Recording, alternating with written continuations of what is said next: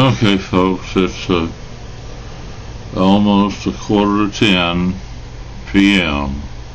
on the 8th, I think it is, Friday the 8th of March 2024. And I can't say that you will have heard it first from me, but I think it's rather evident that Robert Kennedy has done enough so that the experts can plug him into scenario after scenario, and it now seems that he does not want to be some kind of pariah, someone who's only a spoiler in the upcoming November elections. And I sympathize with that. I think he really went into the campaign that he launched and modified, perhaps more than he should have, more often than he should have.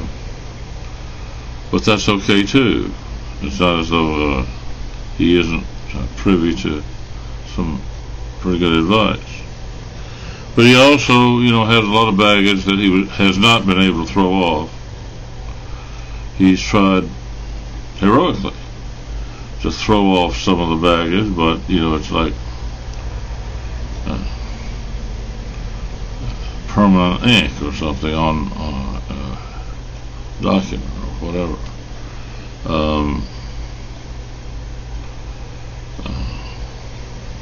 Calumny is not easily removed.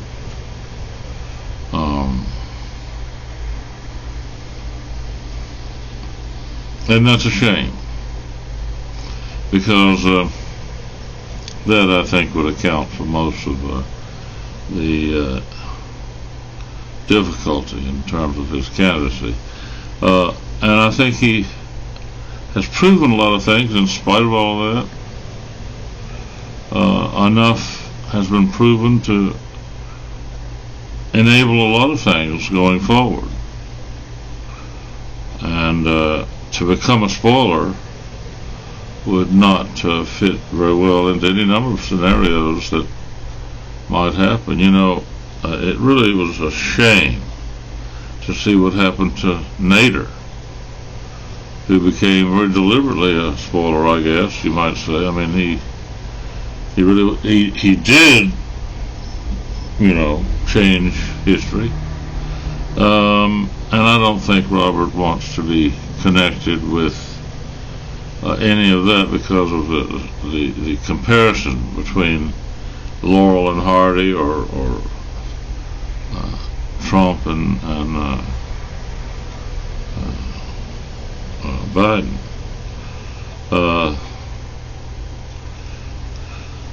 I don't know how you tap the brakes, to slack off a little bit most gracefully or something. I think that there are ways to do it incorrectly. Some have.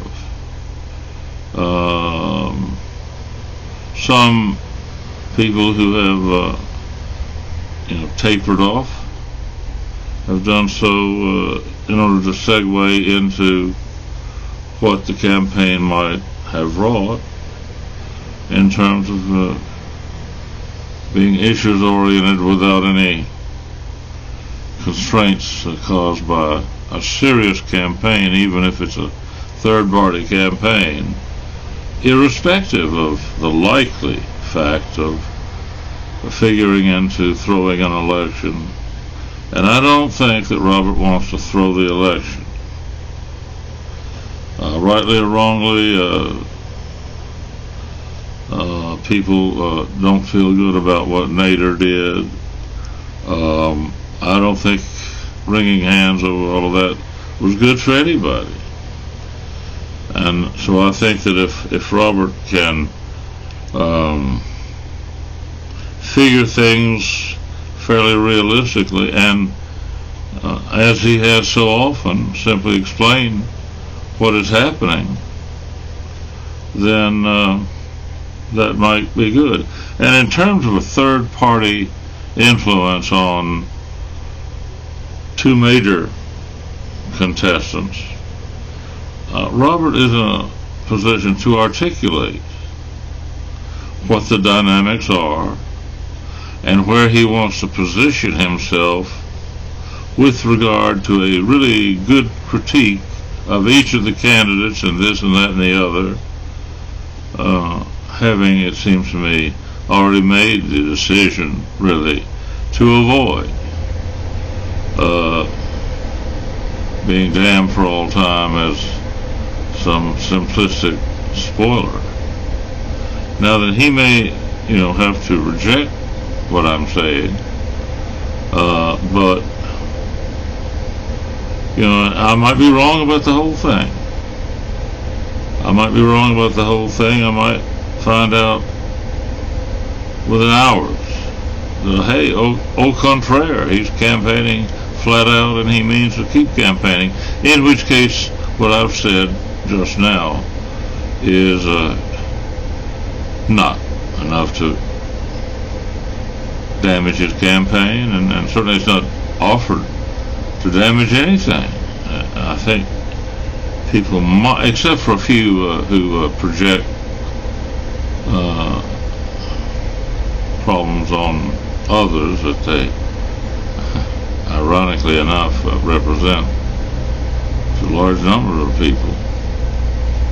There are those who certainly will accuse somebody else of precisely what they're up to, but that's not the case here in this environment. I don't think that Robert would question my motives the way some have. But the damage is done to me, and the damage is not done to Robert by his campaign. He's managed to throw off a lot of crap, but some, vice grip of filth continues. So given that, or something, then of course newcomers commenting on his campaign probably are not likely to upset him too much. But I think the question for some people will be, how does Robert already begin to emerge as someone whose opinions can be valued, without his having been elected? And that involves, and he may say so, that involves not being stigmatized by what he might do between now and November. Now then, some will say, well, but if you tip your hand about something like tapering off, then nobody's going to pay any attention to you anymore, ever. Well, I don't think that's quite so. However, it does mean perhaps that he will not be running into the red, and yada yada yada. That is, if he has had a test run at a national office, and if he knows how to stand down in the face of a highly contested election where two people are going to have a knockdown, drag-out fight,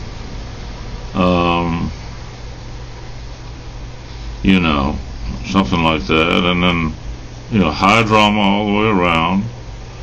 What can he do? Does he hold somebody's coat as the candidate gets ready for getting into some boxer's ring, and who would it be? Or will he hold both coats, or what? Well, if he just walks away, or for example, if he goes pell-mell down to the wire, and then what? A week before the vote, he says, "Well, I'm not winning, so I'm quitting as of right now." Well, that would mean that that's typical, isn't it? What if he does some more stuff that's not typical? And what if he shows unusual honesty and forthright sharing with people with what he thinks about the campaign and what his priorities have been in terms of serving the public interest. How does that evolve through time? You know, how does the campaign evolve? How do people evolve, and so on.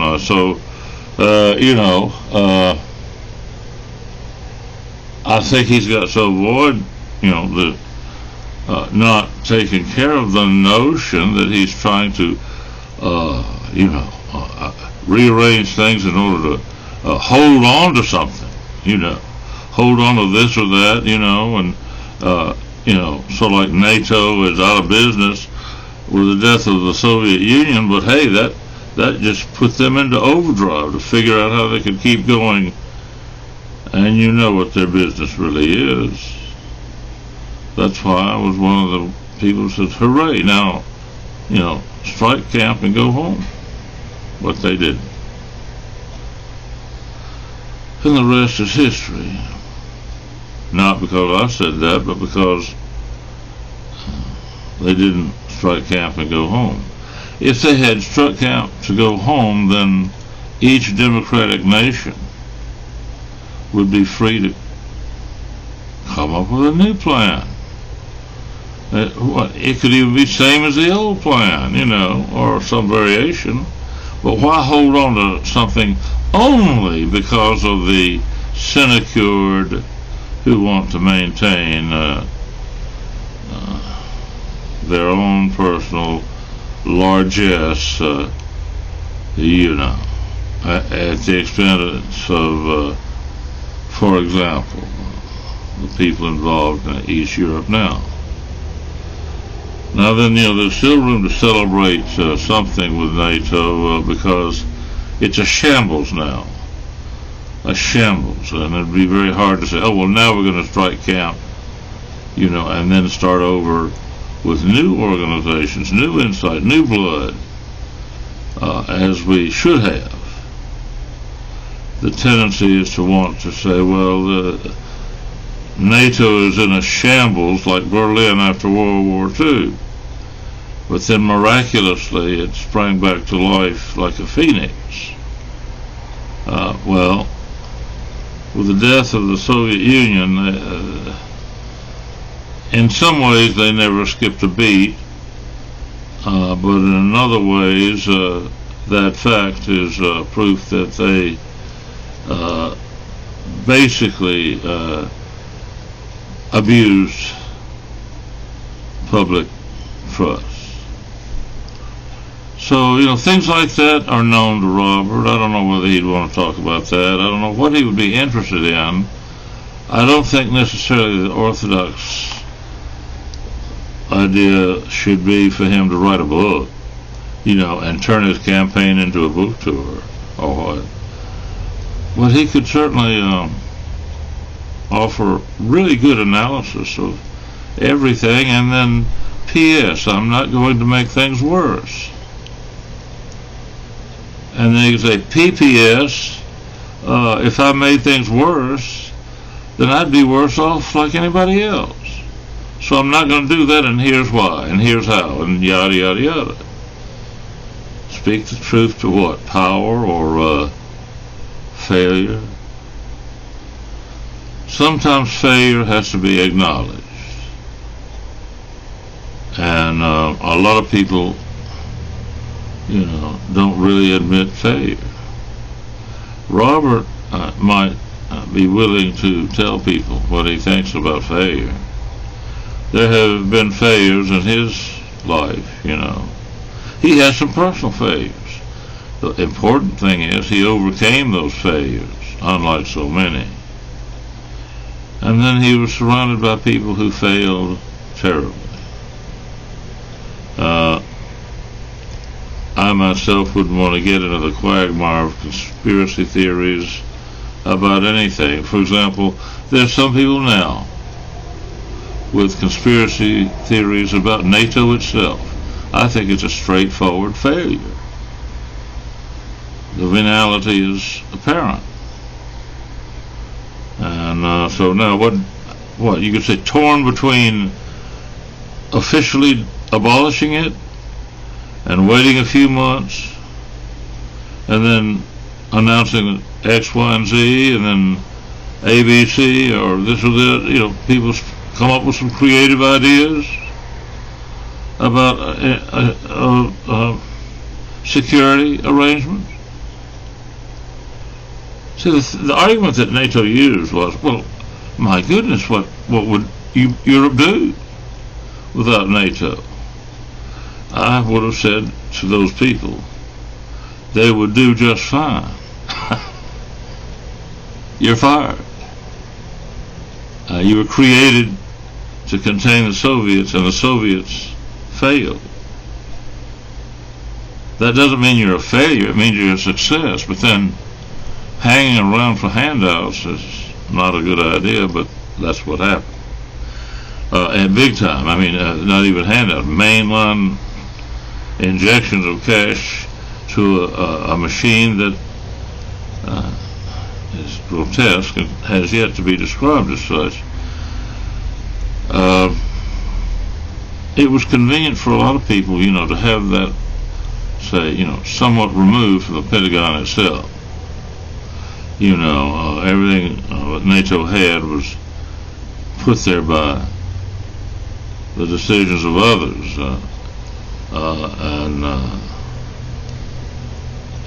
there's a lot that would have happened under the Pentagon roof had there been no NATO, while it should not have existed. But that's hardly worth mentioning, isn't it? And then too, people were transported into NATO by all the nations as a kind of a repository for folks, who might want to, might like what was going on. If people liked what NATO was doing then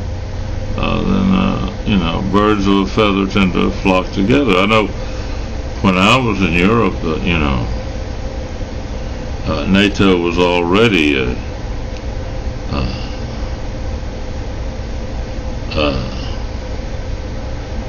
compromised, I'll put it that way.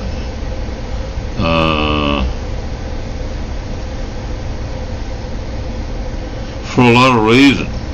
And there's much that historians can talk about. I can't say that Robert is formally a historian, but I know that he could write for the New York Times, unlike some others, about campaigns, for example. A point of view like his interested a lot of people for a long time, and now I think it's just not going to happen. He can't be elected. He knows that, and now what's he going to do instead without, ruining all the goodwill that he's got? He sometimes tells people,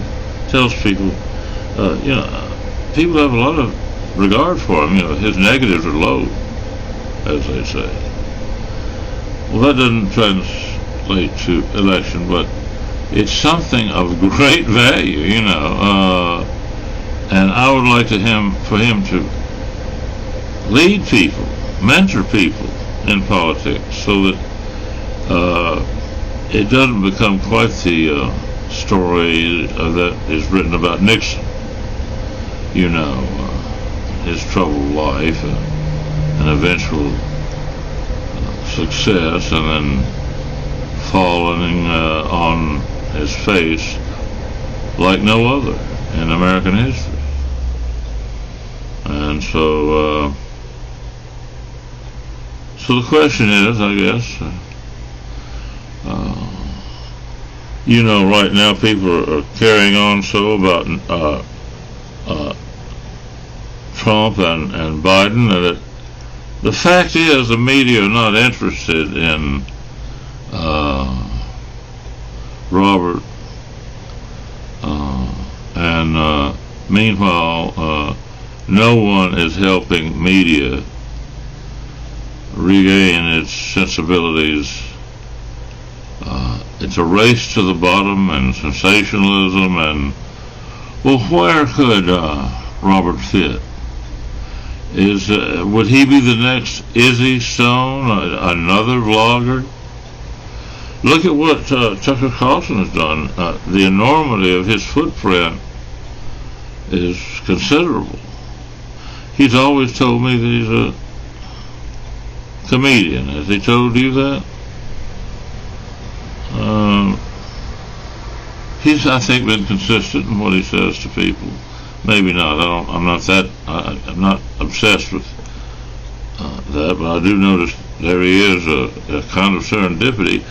Is there any way to say that Robert could translate his campaign that now is completely overshadowed?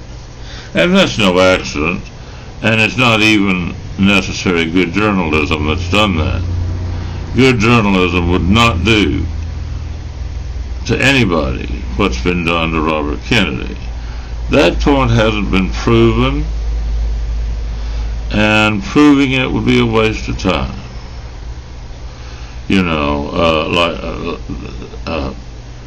Many students learn, that some things that could be done shouldn't be done.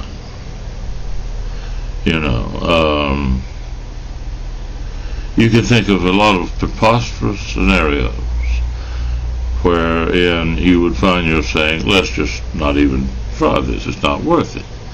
So, while some people might agree that media are not doing well, in fact, they are now conceded to be every bit as much at fault as government or candidates or what have you. But whereas a leader was chosen when Detroit had to reinvent itself after the Beatles invaded, I'm talking about the four-wheel Beatles, not the big four wheels who waved from an airplane. I'm talking about the Volkswagen. That taught Detroit a big lesson. That is, in terms of the rank and file. The rank and file throughout Detroit and customers coast to coast had a reset, and a lot had to happen because at the same time safety regulations were growing in importance, and a certain degree of standardization for safety was being engineered, and to prevent charges of collusion, which is illegal, there was a knight in shining armor, sort of like someone 1/8 the size of Steve Jobs, who single-handedly built a computer that you can put in your pocket in his garage. What did he choose? What it looked like? How to sell it? Or what it was? Anyway, never mind. What did Nader do? He was sort of in charge of a clearinghouse. He could explain what was going on rather than have clearly the vested interests trying to, very awkwardly appear to be nonpartisan and saying, well, you see, we're doing this, but we're not colluding. Nader could say, well, they're not colluding, they're working with XYZ or something, and one thing or another. A whitewash, a sunlight that, sanitized the whole business. His, angelic face, beaming from on high, rather than who? The head of Ford, the head of GM, the head of American Motors or something. That wouldn't have worked very well, and they knew that. I think it would have been interesting to see Walter Reuther or anybody like that say, well, we're the ones who build the cars, so we're saying let's build better ones. Now what we need are car companies. If management won't say it, then workers should say, look, we'll make this kind of deal. You give us such and such now with the proviso that you can end our jobs when you open a light rail factory 40 miles from here. Stuff like that. I've talked to the NFL about what they could do too. Nobody's done a thing, so I'll shut up. In large measure, mostly I have been shut up after what happened recently. The raids that have occurred into this room are clearly uncalled for, and the hand-wringing hasn't done any good. I think after 60 years of what I've suffered, I don't take promises or even concerns very seriously, I don't know what Robert feels, but I think that maybe he hasn't been shut up simply because of the way things have worked out. Now then you would just have to have somebody explain why Ralph Nader somehow doesn't measure up to Steve Jobs in terms of some measurement, some metrics. And I think, pretty soon you'd understand that there's some sort of problem with media. And that's the third rail that is terribly difficult to cope with. And there are people who want to say that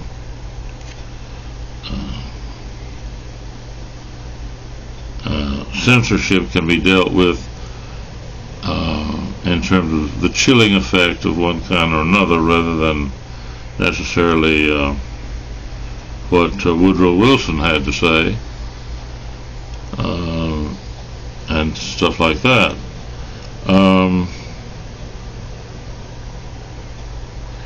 But on the matter of Robert, I still think that's an interesting situation. And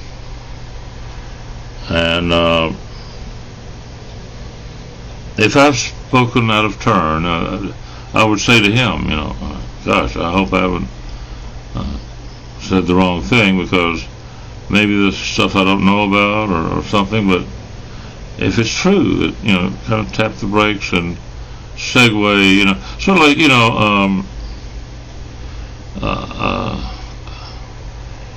Formula One or something, You've proven you can, handle a Formula One car,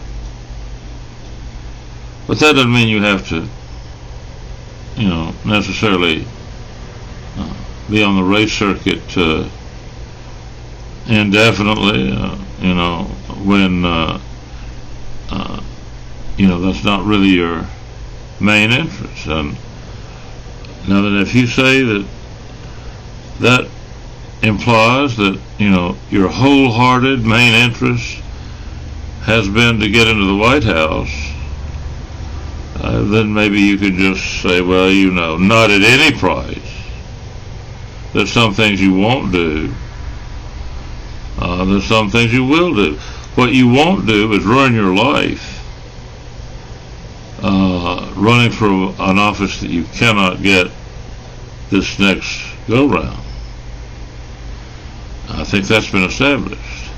But if you say, look, I've gathered some information and I do plan to stay in touch, well then, okay. People have watched him, pull out of the inner circle and make many, many laps. And now he can coast into his pit crew and start using some of the data that people talk about, and put it to good use.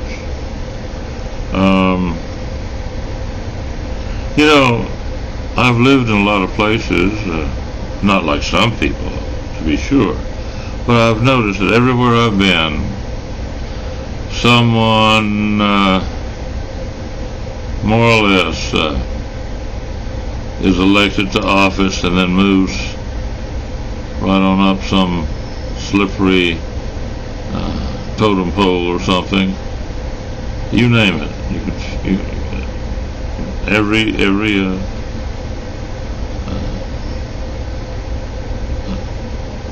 Every congressional district has had, a certain kind of celebrity, who not all of them stay there for very long. For example, when I was in Florida, and boom, a celebrity, had a lot to say, and now he has a show broadcast from New York and all that. Left Congress, shook the dirt off his feet, and went to New York.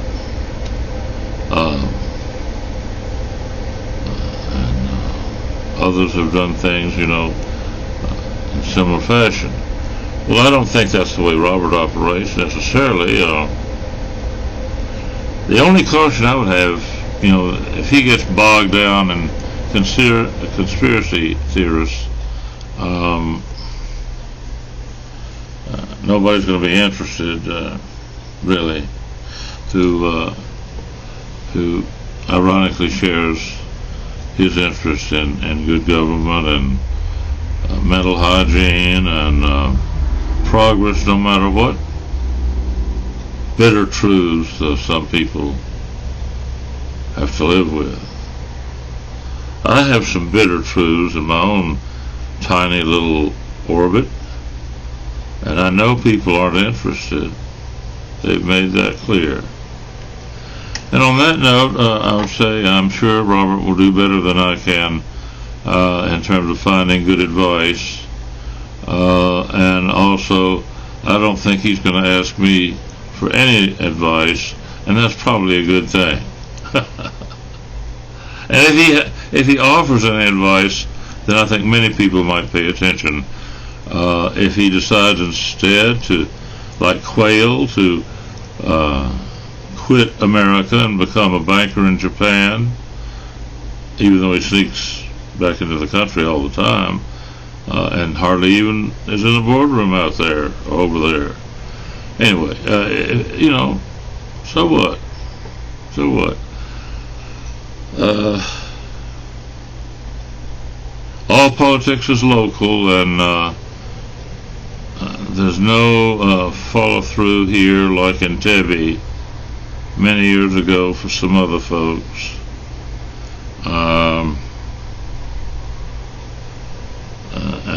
And that's really why the differences are, I think, somewhat relevant, because, I don't have an axe to grind or anything to gain from saying anything, really, because it doesn't matter. I could count on, both hands and the toes on my feet, for a while anyway, how many people pay attention, really. And that says nothing about, the kind of people who control events in Indiana, for example, or Alabama, for example. And I imagine, after all, Robert, for a lot of reasons, can breathe freely in his new home. Well, it's not really new now, but his home on the West Coast, like so many people who found that place more interesting than some of the attitudes on the East Coast. But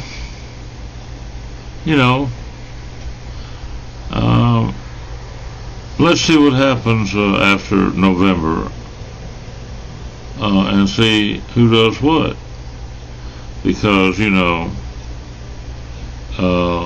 the pace of sensationalism that our failed legacy media can still whip up has already made people beyond our borders rather concerned. Now that's not to say, for example, that people don't say a lot about the British press, for example, or and other nations about the press, but the whole world watches, the U.S. and kind of has to, I mean, with the kind of influence that remains in the hands of the elite. And the systems in America are very responsive to elites, just as in other parts of the world. I'm not involved in that, and Robert may be privy to things, but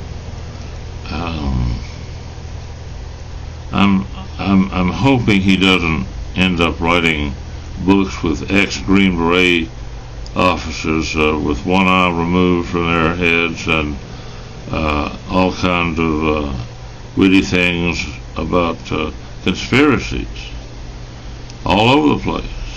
I would not want to see him try to do some sort of Hemingway business. That was a failed enterprise in a lot of ways. At the same time, the same reasons that I said I would vote for him still I think remain true, and I haven't really articulated any of those because many people can far better than I can do in a situation like this, particularly because of the convictions of people around me. They're not going away. And who's going away? Well, sooner or later we're all dead.